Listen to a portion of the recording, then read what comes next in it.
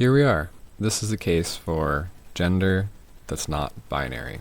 Is this an argument that's worth having? I would say it is, because there is so much misunderstanding and hate directed towards people who are interpreting gender in a non-binary way. This is exacerbated by Pride Month and visibility, which is one of the reasons why I've been making some LGBTQ forward themed videos, kind of digging a bit deeper into my own understandings of things and personal experiences and sharing them so that possibly they can help other people, because I do have a platform with a lot of privilege being able to have this platform, being able to speak freely about these topics.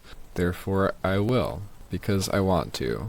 And here we are. Okay, so it's worth talking about. Whether or not any outcome of yes or no, it's a real thing, it's worth mentioning because a lot of people are engaging with the term non-binary and the ideas around it. One example of kind of public misunderstanding, this happens all the time on the internet, but just one thing I happened to see is a post by dictionary.com that got some traction in a bad way. This happens all the time on the internet, it just depends on where you look. Here is kind of, I would say, a fair summary of how a lot of the general public online reacts to people talking about non-binary-ness or those types of topics. There's a post by dictionary.com where they mention cis and transgender down here, and then they also mention the non-binary idea and also the gender fluid idea. These are fine definitions. There's only 4. I would probably assume that the symbols are a little triggering to people because just of how, like, in tandem with something that somebody's never heard, throw in some symbols that are pretty far away from what they know.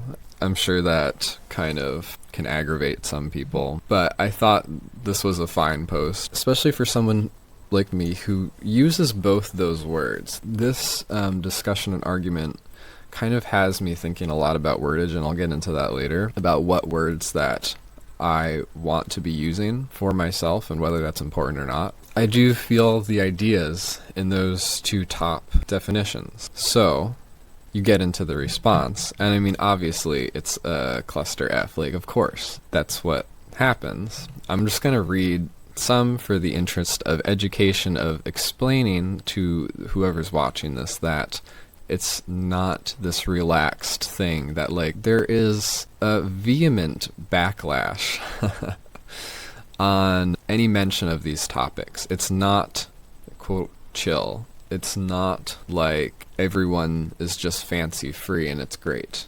No, absolutely not. People will stand up for how they know things as and what they know is right. And I'm here right now to unpack that and explore that. You know, negative on that there, due to your eagerness to be part of the cool crowd. So that brings up the idea that these topics are new and fresh and youthful and trying to be something and in some way fake, possibly, under the presumption that they're already not real. And I would just say that non-binariness has been around forever. Remember, what is popular is not always right, and what is right is not always popular. Cis-normative society is extremely popular. What does dictionary.com say about chromosomes? This is an argument you'll hear a lot. Who needs a guide for the words male and female? We'll get into that wordage. Somebody defining pretend, so it's made up. Somebody quoting a Bible verse. God created man in his own image. In the image of God, he created him. Male and female, he created them. A bit of a patriarchal stance there. Humans like to make things complicated. Sorry, only X and Y. So relating back to chromosomes, made up shit. What? No male, female? That's it. Stop trying to impose your views on the rest of the population. These are real people. I mean, some of them have to be trolls. Do even science, bro, so it's not connected by science. I'll pass. I don't understand, nor will I ever, so there's lack of understanding. Lol, no, I'm good. F that. S. So this brings up another thing. There seems to be a violence towards having a reaction, like the unnecessary aggression is a thing. Why should I learn words which I will never use? Wrong, male and female. General confusion, verbal violence, hatred towards the topic.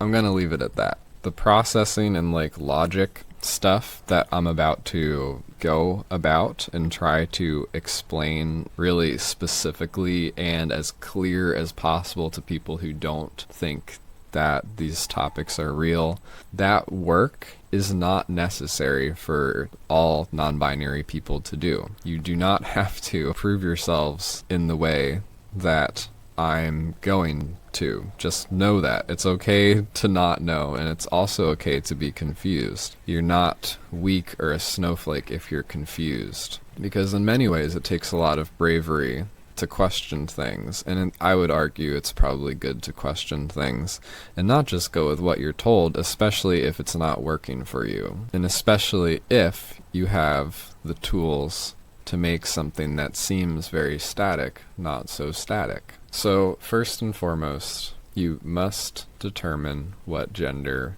is, and that's somewhat of a daunting task, if I'm being quite honest. I feel that I've come up with one definition. Yours might be different from that. Here's one way you could look at gender, assuming that sex and gender are different. If we were to define sex, male, female, and intersex, if we were to define that binary and space in between in itself as sex, and use the wordage of male and female, aka assign male at birth, assign female at birth. So with that in place, that sex and gender are two separate things, you can then possibly define gender as how we relate to or interact with our understanding, both present and past, like taking historical stuff into it, how we relate to the understanding of the human connection between biological, sex, and behavior.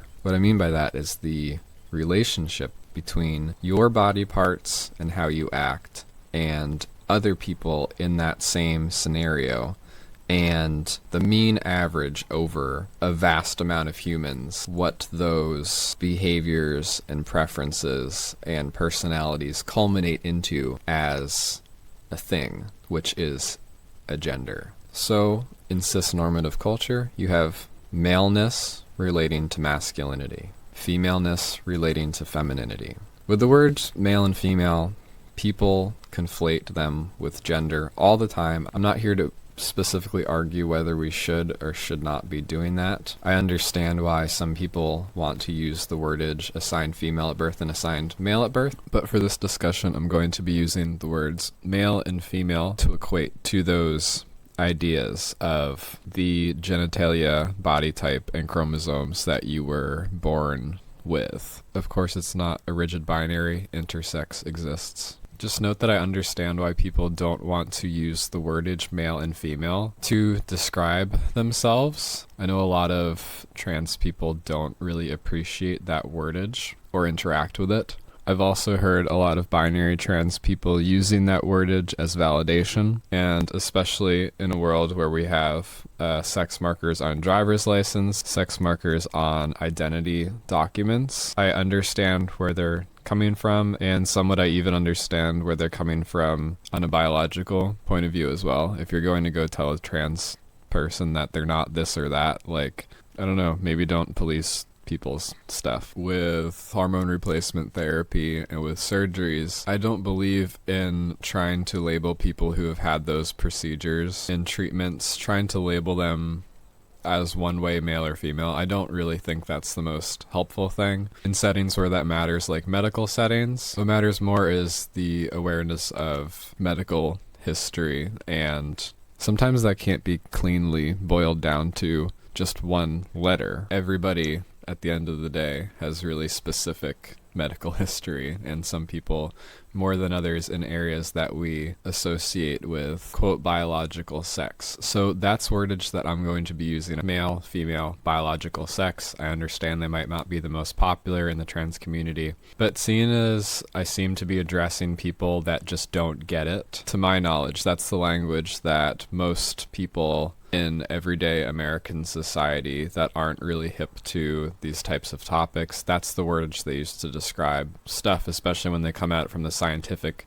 point of view. The word biology is thrown around a lot. In doing so, I'm trying to meet them with that. Just be aware of that some people might not want to use those words in the way that I'll be using them. Clearly, the argument is adding science in and saying science cannot prove non-binary-ness. I would argue that science cannot prove gender. The Bible cannot prove gender. God cannot prove gender. Some people say gender is made up. Some people have a hard time believing that. I have an easy time believing that because look at gender. A lot of it's pretty silly. Gender is extremely important to society and humans. That cannot be denied.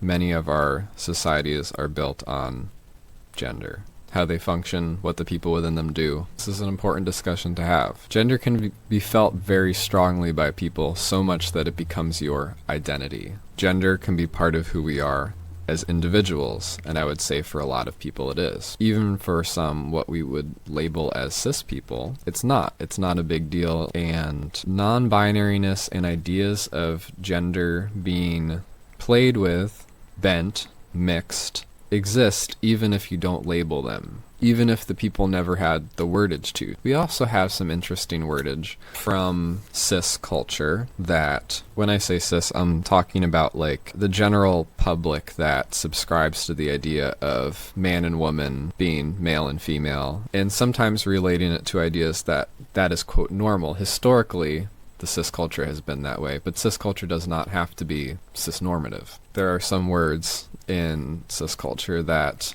denote these things already, like tomboy in the gay community, butch and femme, and look how the wordage has evolved for many drag queens and the drag queen scene. I do think that drag is and has been historically a tool for trans people to express themselves. That also includes non-binary ideas as well. I would say we have more wordage to describe those things now and more openness in those scenes and in other scenes involved in the LGBTQ community. So I would say that gender can be toxic to some people in our society when it becomes hard and fast rules. And breaking of these rules is a punishable offense, whether societally or in terms of governmental punishment, in terms of police punishment. One such example of this that I think it's pretty simple to understand this with is the example of assigned male at birth people being feminine, relating to the gender ideas of femininity.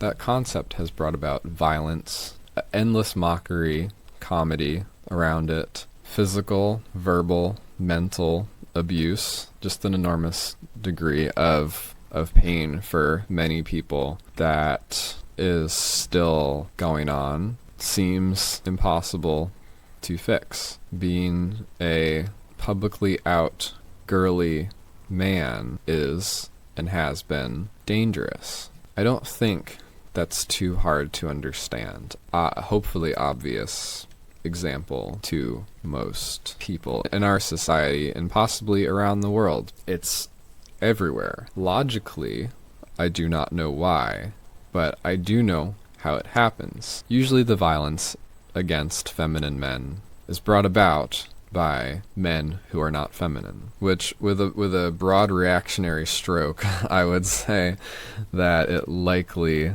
has something to do with the abuser's femininity not being able to be expressed. That's just what it seems like. A lot of violence and bullying around these topics really does seem to be coming from insecurity. And that's extremely saddening, a problem that probably should be dealt with. So, why is there a difference between sex and gender? What are we? We are conscious human beings inside of a society. Most people around the world can relate to that. Regardless of your spirituality or what you think you are, I would guess that most people that would be digesting this information would also have some awareness of their self whatever you want to call that. You have an awareness. You are a point of consciousness. Whether or not you think souls exist, whether or not you're an atheist, whether or not, quote, you is your brain or not, you are here. Are you not? You're here. And you're making decisions. You are a body controller. If you are a body controller, there is a you. And if you are a body controller, there is a body. There seem to be two parts. Whether that first part can be proven by science or is real, or is just a evolutionary product of your brain, I don't have the answers for that. Sorry, but you exist as a you. You're aware. Your body is animal in nature and can be sexed binarily. And it's important to note that intersex is a thing, meaning the binary of biological sex, if we are to use that terminology, and the space in between. Note, where does this leave people who have medically transitioned in some way? Where does this leave them in the being able to, quote, sex a body like you would an animal or something? I mean, same goes for intersex. Like, note that the assumption that you can tell in a second's notice is excluding many groups of people. Can your gender be determined similarly? Can you sex your gender? I would argue that it's important to ask this because our day-to-day society places focus on you as a person. Most cases. Do some thought work right now and figure out for yourself if that is true. Outside of medical things, outside of changing rooms and restrooms, outside of interactions in daily life where your body and the sexedness of your body is of utmost importance, usually it's completely not. And with equality, I believe that gets more so. What is your gender based on exactly? Gender, whether purposefully constructed or not, whether some grand masterminds in shady organizations designed gender or not, more likely it's more of a hive mind thing, as what culture is, where history has to come into play. History and building, things becoming important to people, specificities becoming important to people, ritual becoming important to people. Gender is constructed by us and past us to be formed around social roles, attire and grooming, behavior, and whether or not we like identity politics, identity also comes into play. Because for some, it's very important and it becomes identity. So when we explain gender like that, and a rigid binary system exists and is the, quote, norm, wouldn't it make sense that there would be some people who exist who are not happy being on one side and instead look at the other binary side and say, that's for me. You're born into one, you look at the other one option and you say, yeah, that's more correct than where I am now. Even more likely, in terms of probability and the number of humans that there are, wouldn't a large majority of people prefer to be and to be seen as a little bit of both? When the option to step outside of rigid binary gender exists, and doing so, performing that action, does not yield punishment, how many people would interact with that? How many people would say, oh, that's definitely me? How many people already are doing that? How many people in the past have done that and simply not had words or preferred to not use words for that action? Is a complete and total matchup between binary, gender, and sex necessary for a functioning society? Should we be punishing people who are breaking the rules because they are corrupting society and it will fall apart and will be the downfall of modern civilization, whatever that is? The downfall of modern civilization will probably be the sun flare-up thing that destroys the power grid. Like, what's most likely to happen? It's that. I'm unsure if it's necessary, and I'm doubtful, because look at what we have. Is baby making the end-all be-all for all humans? Is that necessary? I would say that the Earth is overpopulated, that with overpopulation comes a lack of food and resources and jobs and stuff. So I don't think overpopulation is great. I also don't think having children is for everybody. And I don't think we should force it to be. I think a lot of people place focus on families as well. And of course, cis heteronormative families. By that I mean straight cis people, aka our cultural norm for now and in the past. That has worked for a large majority of people. It's also not worked for a large majority of people. It's not a guarantee. It's not a perfect formula. For human mating, it might be the most obvious option between two animals trying to produce another animal. But the family unit that a lot of people talk about, and insisting that parents who are queer or gay parents or parents in the LGBT community are somehow inherently less good at parenting, or you could say productive members of society. Where's the argument for that? I would say that in this time period, those people have gone through so much mental abuse that either possibly they'd just be done with trying to participate, or they say, F you, I'm going to participate way better. Crush it at the parenting game, or crush it at the game of life. That isn't for everyone, but I would say in this time period, there's a lot to prove. Yeah, that's a lot of pressure, but of course some people will go there. At the end of the day, some humans are great, and some humans aren't great. There are mentally ill people that are straight and cis, just as well as people who are trans. I don't think it's a great argument to try to describe a large group of people as mentally ill if you don't know that as a fact.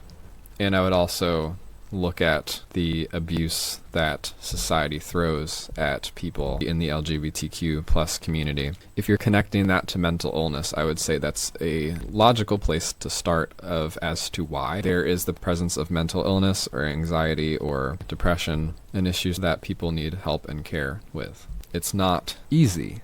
So conservative, traditionalist-minded folks will argue that there's one way to do things, and it's the best way to do things. But I would hope that it's clear to see that that's not for every single person. Policing that rigidly in terms of punishing people who go outside of what the people in power see as best will yield trauma.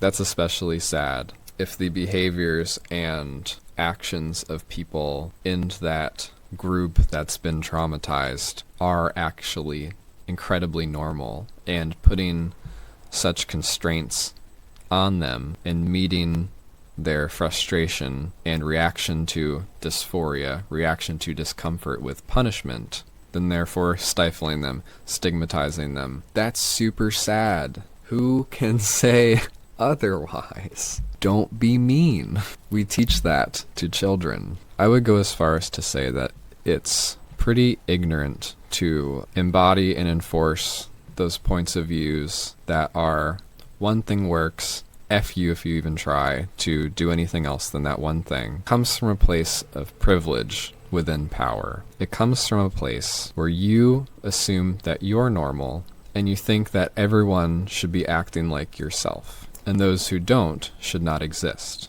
or are in some way abnormal and should be dealt with. That, by definition, is fear of the unknown, fear of things that are different from you. You must ask yourself, is that healthy? Is that healthy for all parties involved? And is that healthy for yourself? If anything, be selfish about it. Is it healthy for your own mental attitude? Is it healthy for your own mental growth?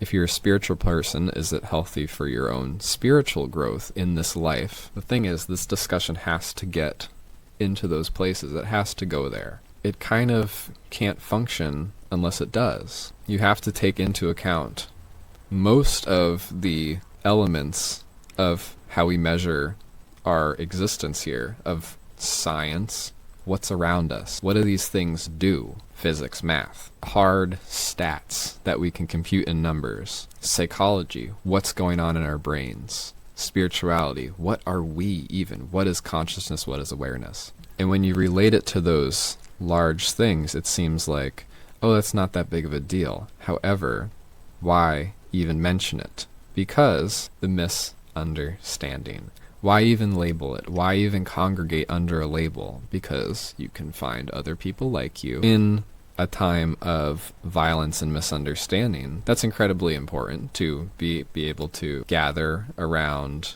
a concept with some imagery and some wordage to go along with it, to be loud with that, and to stand up for yourself and say, hey, I'm here. This is what I think about this. If you don't like it, I would ask you to respect me and move on. I wouldn't say that I, nor many other people, are shoving these things down people's throats, as is the bandied about term in Pride Month. Cis-normative culture, media, families that we grew up within, those social structures make a specifically encoded image of gender in humans' brains. That's likely a human evolution, cultural, societal, or social creatures. That's likely a mechanism for recognition and for threat detection. Therefore, when you exist within a society where you have the same thing over and over and over, those brain folders get built up and bolstered. Say you only have man and woman, and what is a man? What are the social roles associated with being a man? What are the ways that a man dresses? What are the things that a man thinks about or desires in the life experience? When you have a large majority of people's experiences average and built up to what it is, a one thing, you somewhat have a gender. Now, do we have that? I would urge you to look around, look outside, look how people dress, look how people act. I would think that you'd come to the conclusion, at least if you live where I do, that that's a thing. And like I said before, is it probable that some people will break those rules? Very probable. How do we treat those people? Why do we treat them with hatred? Does that make sense? Is it a negative thing to break the rules? Imagine if the rules included those people. I'm sure somebody would try to break them because humans love to break rules as well. That should be noted. But if we had wordage and understanding in our society for people more in between, or people who it really doesn't fit for, what I'm describing is normalization of a concept, a societal concept. I don't think it would be a big deal, and I don't think society would be hurt or damaged in any way because of it. That's just through my lens and my guess, an educated guess, I would hope. But why is it not normal right now? It's because those built-up brain folders become filters that we see people outside or around us through. And when someone mixes the way those folders should be, or throws the folders out, or interacts with them in a different way than they should, quote, should, if we have those rules, there will be dissonance. Something will seem not right, something will seem foreign or unknown. And if you have a fear of that, then you may have a violent reaction, especially if you have internalized fear of your own interaction with the breaking of gender. I would say that combination has the most likelihood for violence and is incredibly ironic and honestly tragic. Regardless, we'll probably always have social gender coding and ritual and nuances involved in that. So I don't think it's completely imperative to just throw out what it means to be a man or a woman. I think these things are both historical and important in the present day of who we are.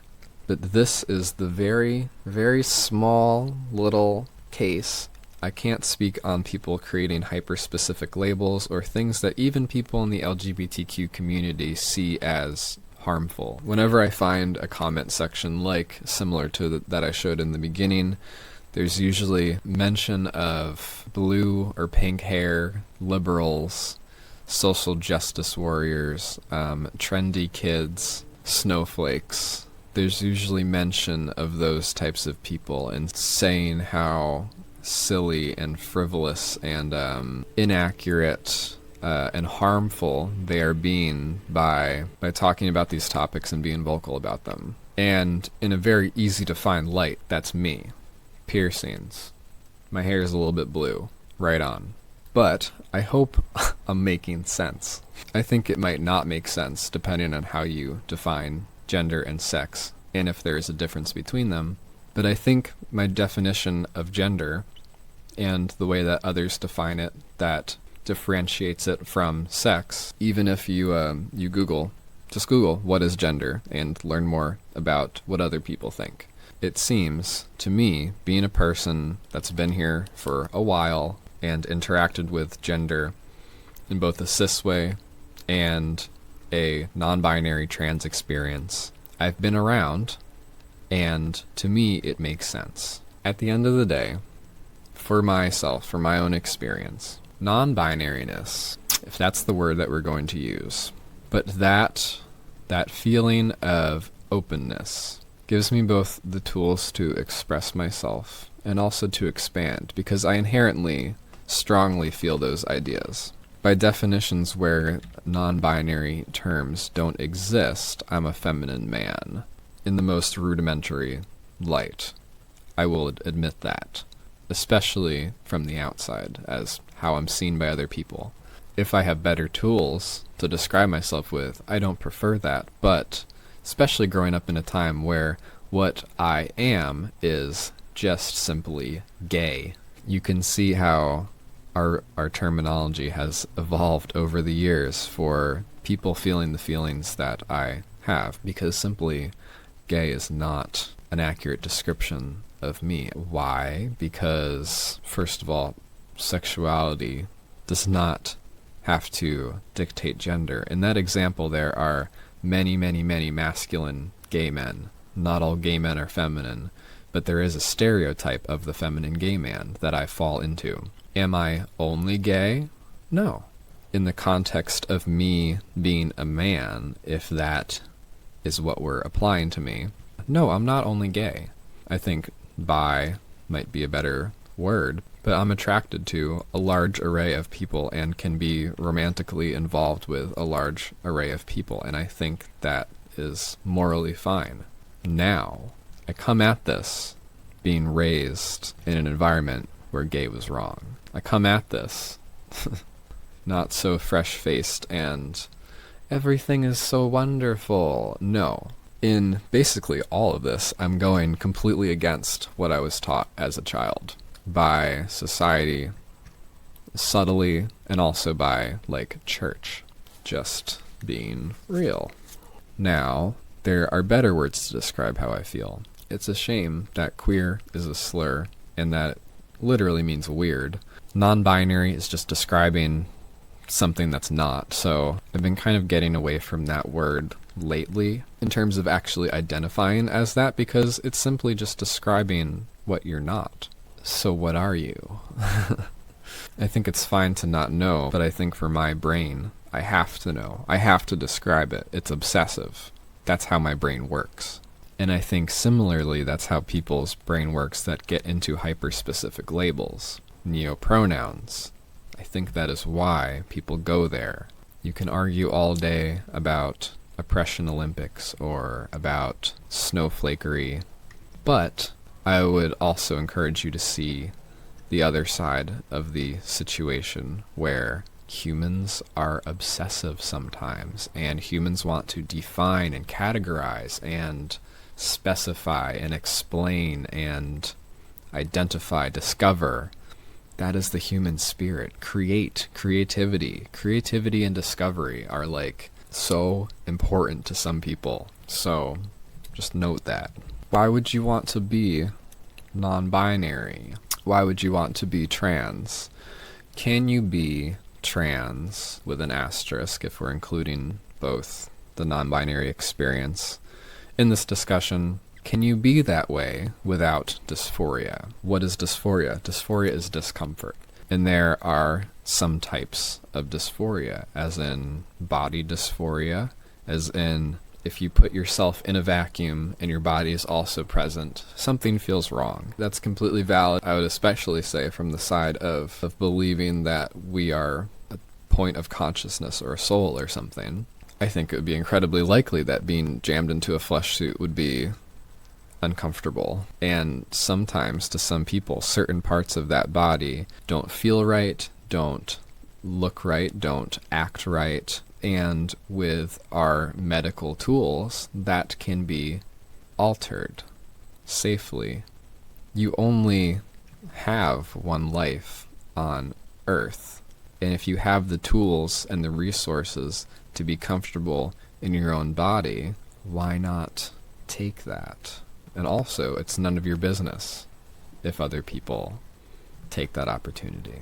So along with body dysphoria, there's also social dysphoria, where in a system that is so reliant on the binary, someone like me, who has now been given the tools to properly digest gender and also expand upon that into other territories that I had not previously known to be possibilities, because even from just a very surface level perspective of like makeup and beauty, I didn't know people can do that, because when they did do that, people who look like me who then go outside and make up and stuff, there's a whole history of violence toward those people. So why would I think that's for me? In small scale social evolution, you just say, oh no, avoid that at all costs because it's survival. For non-binary people, if we're just simply illustrating the picture of you have the binary and you have this thing that's not. It's a very basic, loose, vague idea. I think it does make sense. I don't know how much it makes perfect sense as a specific identity, but I don't think it's supposed to. It's kind of akin to the word queer, where it encompasses a lot of different possibilities. When you have that very simple idea that people like that can exist, that are experiencing gender, either not participating, gender nonconforming might be a word that fits here, or blending the two in terms of personal identity, you, wherever you is, I'm pointing here, but wherever you is, or in the way that you express outwardly and other humans interact with that being, that outward expression of you day to day. When you have the option and you experience the freedom for the first time, when those tools are unlocked, relating and living within a cisnormative society can cause dysphoria, a social type of dysphoria, especially, I would say. Do you need to be dysphoric to be trans or to be non-binary? I would say, how do we define dysphoria? Does social dysphoria count in that regard? For some people, it can be just as intense as body dysphoria. On a large scale, I would make a guess that the experience of feeling trapped in your body, or that your body is wrong, or that you need help to modify your body in more ways that aren't accessible. We mentioned tattoos and piercing and small body modifications that can be accessed in a non-medical, non-insurance, non-governmental involved way.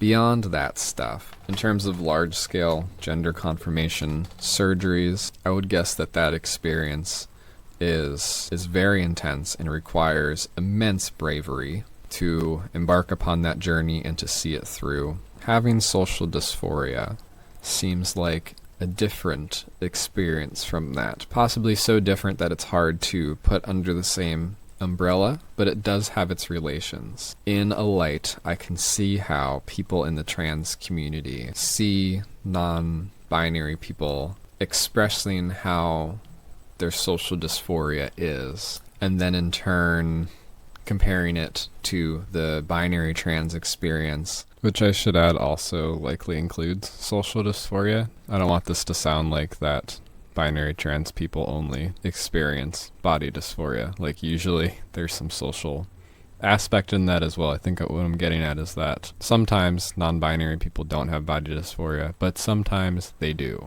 I'm just trying to get to the bottom of why some people within the community see non-binary people as less real or valid under the LGBTQ label. Transition aimed somewhere at cisness is a thing, I can see how comparing that to how we talk about non-binaries in 2019, where it seems new and like this thing that the kids are doing, I can see how the community could get divided over that. Can't you? I think it's unfortunate to discount a large group of people's experience, but sometimes that's due to how we form under labels, how we form under why people tried to put an asterisk at the end of the word trans to include non-binary people. These are different experiences dealing with similar ideas in certain areas.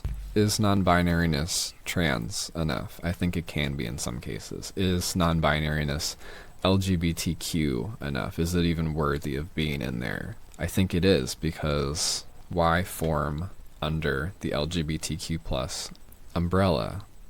Because you need to have a group to stand together against the hate, because the hate clearly exists. All that to say, I think that I've come to the conclusion that from the perspective of somebody both outside the LGBTQ community and what we would label as normal society in America 2019, and to people within that LGBTQ community, think non-binary-ness in terms of gender, not being man or woman, being something else, possibly shades of not man and woman or man and woman combined. Non-binary-ness is real, just as much as man and woman is real, by that logic, to my perspective.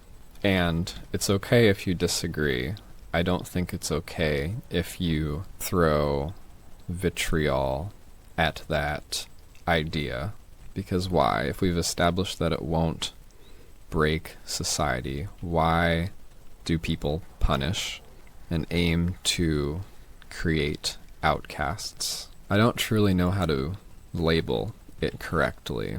It's similar to predicting that a physical occurrence can exist via doing the math. And by this point we have a few words that can identify it, like in this article of gender fluid and non-binary. Back engineering it, you come to a logical place where it can exist and it can be a real thing. And that is evidenced by the numerous amount of people over history, over time, and in current day participating with that idea. We are not talking about some vague thing that is somebody's hobby or etc. We're talking about people's lives and identities, which, no matter how much people don't want to admit are important to human beings, they are.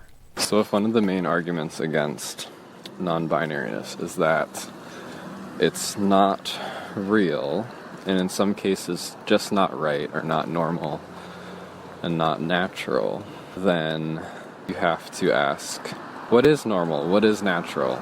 And I think for a lot of people making that argument, what's normal and natural is their cis-normative stuff. It's what they know. Picture yourself that you're just a normal guy with your guy friends and you do guy things and it's normal and it works for you and it's great. You know, and then suddenly somebody who looks similar to yourself in ways that maybe they can't help or aren't trying to really connect with what you perceive as guyness. You still have a reaction because of society and how you've grown up that triggers your, that's a guy thing. And then maybe they ask you to not treat them as a guy, and that's kind of shocking and strange to you. Maybe they don't do normal guy behaviors. Maybe they don't talk like a guy. Maybe they don't, act like you think a guy should. And then you say, that's unnatural. It's not right. That's incorrect. That's just not right. In a effed up way, I can see where that's coming from. But also, I can hope that if that relates to anything in your head, which even for myself, I'm sure at some point in time, I related to that as well, just not knowing better. We all start from somewhere, it's okay. If you're there and if you have the urge to invalidate because that's your worldview and that's your belief about gender, I would encourage you to stop for a second and just think about your values and why that can cause a reaction to want to say that something is inherently not right, and to spread that information or to make a post or to physically or verbally assault somebody because of that. You know, if that reaction makes sense to you, I don't know that I can help. And that sucks for the people that you interact with, because they will notice and they do care, and it is painful. But what can you do at a certain point? I think that is possibly why some people meet that notion with counter-violence, just so that's clear as to why somebody might come back at it with equal heat. But let's dig into, what is the natural human state? Is it suits and dresses, really? That's kind of bizarre, right? Like, it seems most logically not. That seems to be based on European culture. If I just think about quickly what most of our etiquette, behavior, stuff that is based on gender is derived from, I would say most likely a lot of it's from European culture. At least in America, 2019, and throughout the 20th century, further back than that, historically. You can then try to thought experiment with, what if humans are just dropped into the woods or something? You know, if we look at smaller cultures that are more isolated, what does it look like when humans are put into those positions? What are the differences in, quote, biological sex? What do those dictate in terms of behavior? Of course, you have the continuation of society dependent on pregnancy and the process of childbearing. So that puts people with those parts in that position. We then say that people of the opposite sex are stronger physically, then you have the protector roles being assigned to them. I understand how you can make that connection. And I should also note that it's possible that people, even in that type of model, put into the assigned gender roles, likely wouldn't have every member of said society comfortable with the stereotypical roles all the time. But to that, I'll also say, adding in an element of survival when you fall into your gender role depends on your own survival and also the survival of the people around you. That's an added pressure that might override some uncomfortableness in a role. But the fact also remains that we don't live in that type of society. We get our resources differently. We live differently. We don't live that way on a grand scale anymore, where there's isolation between communities. There's a lot of people, as I noted before with the overpopulation. So it's hard to discern what is natural, what is right, what is correct. In a way, what you think of being manly or womanly behavior, action, probably could also be seen in the same light of somebody saying that non-binary-ness or queerness isn't natural. You know, the behaviors evolve in cultural petri dishes a lot of the time, and that's bolstered by religion, media, and what's profitable to a large mass of people. As we can see in our own culture, that really places a heavy reliance on money in the capitalist way of things. It's not so cut and dry. It just comes down to that some people aren't used to it, and I don't think a lot of people really want to admit that, and it possibly goes so far as they're not used to it and they don't want to learn. And that isn't, of course that's not a good look. So in what ways, if you're a cis person, do you have to really learn some things and change your own actions in terms of interacting with a non-binary person? Like, how does it affect you? Because ultimately, if it's not for you, it's not for you. And if you're not thinking about it, then it's possible that you're just fine and dandy and don't really need these tools to exist comfortably in our society and world. Well, sometimes people prefer not to be gendered as non-binary people, aka using gender-neutral language for a person and also using the pronouns they and them. That's an extremely common practice, and that might be hard if you've never done that for someone before. I will quickly say, once you do this for one or two people, you're good, especially if you keep talking to them, talking about them. It's just like learning a new language. You get used to it, and it's not a big deal at all. So in the immediate sense, those are some ways that you might have to accommodate for someone's comfort, and it makes sense. It's not for nothing. Doesn't it make sense that if somebody wasn't one or the other binary, that they wouldn't want to be referred to as man or woman? When you use the societal functions, how it stands right now, the tool set we have for pronouns, when you engage with that, what are you referring to when you say he or she? Let's pretend that they has not caught on at all yet. Let's pretend that that's not an option. You have he or she. What are you referring to when you use those words with somebody? You are referring to whether you can tell what their assigned at birth sex is. Some ways we do this are we look at if a person has breasts or not. We look at if a person has an Adam's apple or not. We look at if a person has facial hair or not. We look at a person's hips. There are these markers that we've built in our brain folders of identification of what we believe somebody's sex is. I would relate that once again to probable threat detection in the evolutionary model. I would say that's probably why. However, is it completely necessary in our society now? I would argue no. It's possible, if you're going to talk about humans like animals, that the detection of aggressive male behavior is significant in a human's survival, because that seems to be most likely what you kind of have to look out for. Again, not all the time, but if we're saying probability-wise, it's usually that if you're to look at people in that light. But in terms of referring to people day to day, in terms of interacting with people, I'm not sure that really holds much water anymore or holds much importance, because for some people, their sex does not equal their gender. And I don't have experience being a binary trans person, but I could guess that that mechanic definitely lends itself to people wanting to transition. Of course, that's not the only reason why people transition. In this system we're in right now, we go outside and you get gendered based on your body parts. Therefore, that's another version of social dysphoria that now includes body parts.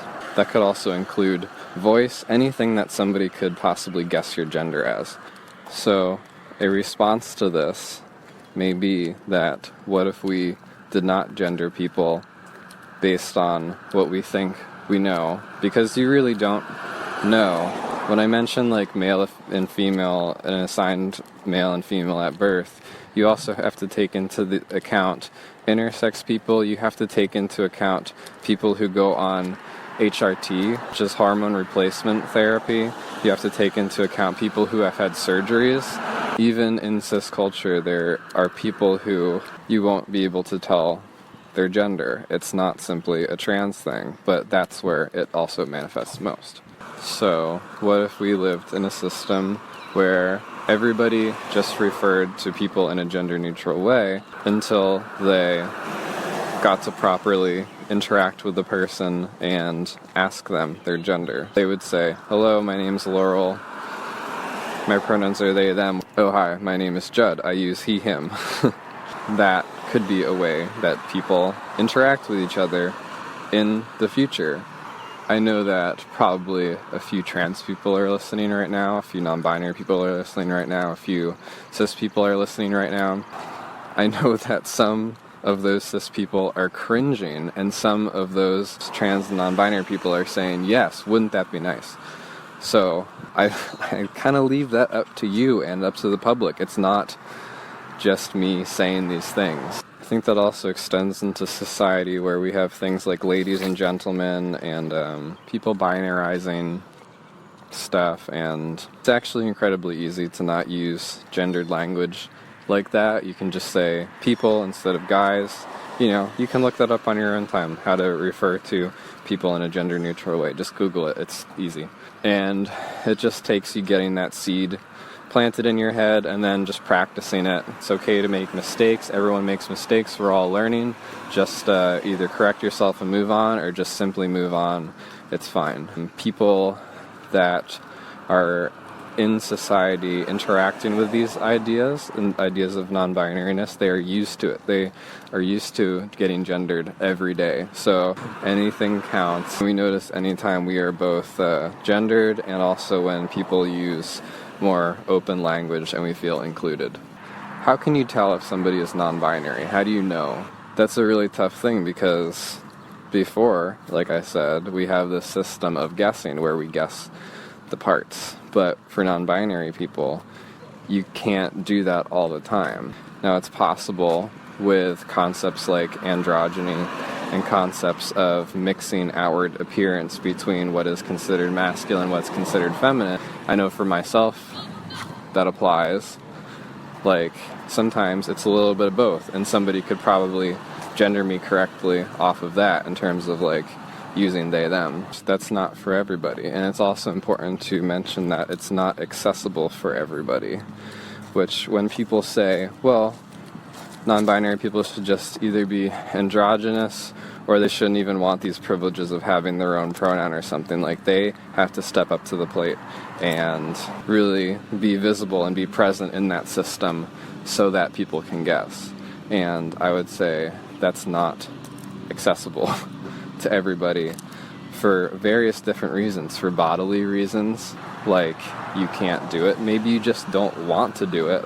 Maybe it's a sometimes type of thing, so sometimes you get with that idea and then other times you don't, and that's fine. A more fluid and open flowing type of concept. Like I talked about before, there's violence and public hatred of these concepts in certain areas and places, so it might not be safe.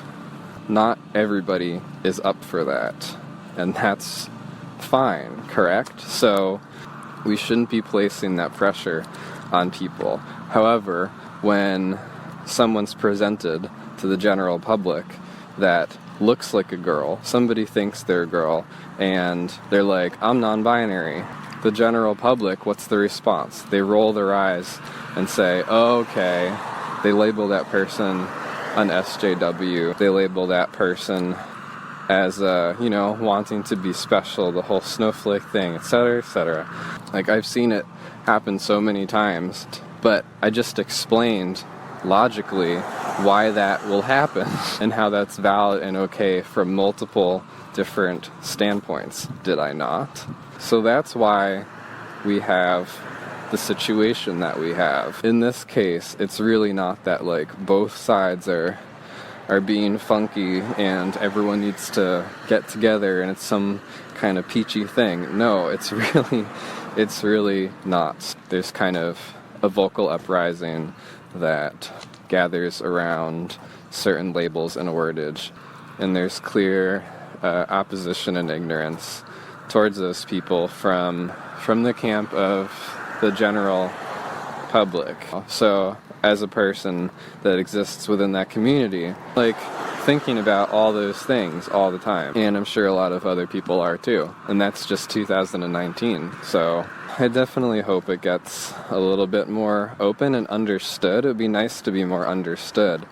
I think there's just some fundamental, foundational issues that have not been correctly addressed for what gender is and how do we interact with it, and how do people who stray from the norm, how should we be treating those people, and do they deserve our respect and our thought and our work. So that's what I have to say on that. If you have constructive criticism, leave it in the comments below. I can't guarantee that I will debate you or argue with you, but if you have good points that you think that I've missed or haven't taken into consideration, I'd love to hear them, because Of course, when I think that I'm right or correct in something, I understand how I can be completely wrong in anything. Just be polite. But if you watch/listen to this whole thing, thanks for watching, and hope you have a good time with the rest of your time. Bye.